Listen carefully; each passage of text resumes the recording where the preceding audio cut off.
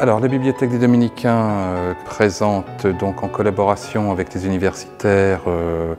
de Mulhouse, Strasbourg et Fribourg une grande exposition qui comprend près d'une centaine de livres exposés donc des 15e et 16e siècles et qui est consacrée aux humanistes rhénans, à ceux qu'on a appelés les humanistes rhénans. Alors il s'agit de personnalités bâloises, allemandes et parfois locales, très colmariennes ou de la région donc, comme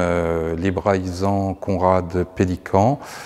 ou un autre savant de l'époque colmarien, typique celui-là, qui s'appelait Sébastien Moureau. Donc une centaine de livres du 15e et 16e siècle, certains illustrés,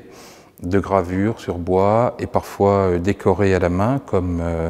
ça se faisait encore à l'époque. La technique de décoration des manuscrits médiévaux s'était prolongée sur le livre imprimé, dans les débuts du livre imprimé, et on en trouvera quelques exemples ici.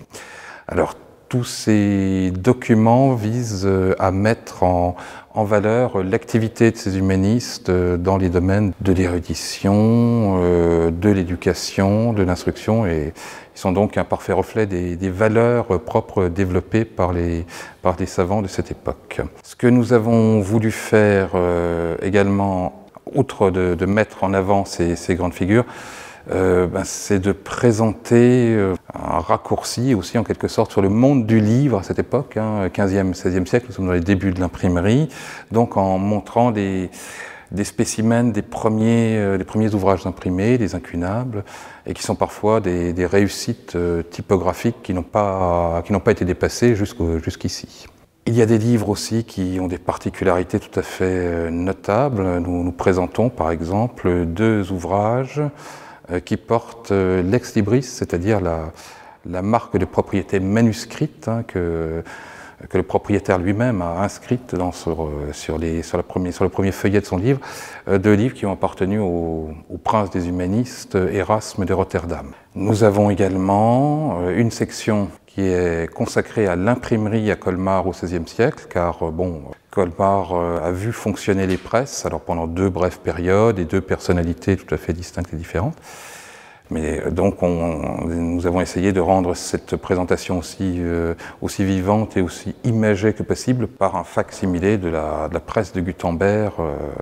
telle qu'elle pouvait se présenter au XVe siècle. L'exposition s'ouvre par ailleurs sur un magnifique atlas édité à Strasbourg en 1522 par Gröninger, un grand imprimeur de l'époque. Un atlas dont les cartes ont été coloriées à la main,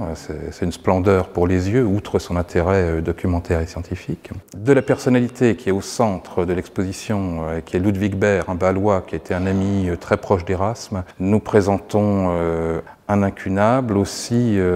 qui a une édition très célèbre, c'est la première Bible illustrée qui est parue. Et Ludwig Bert avait fait décorer son exemplaire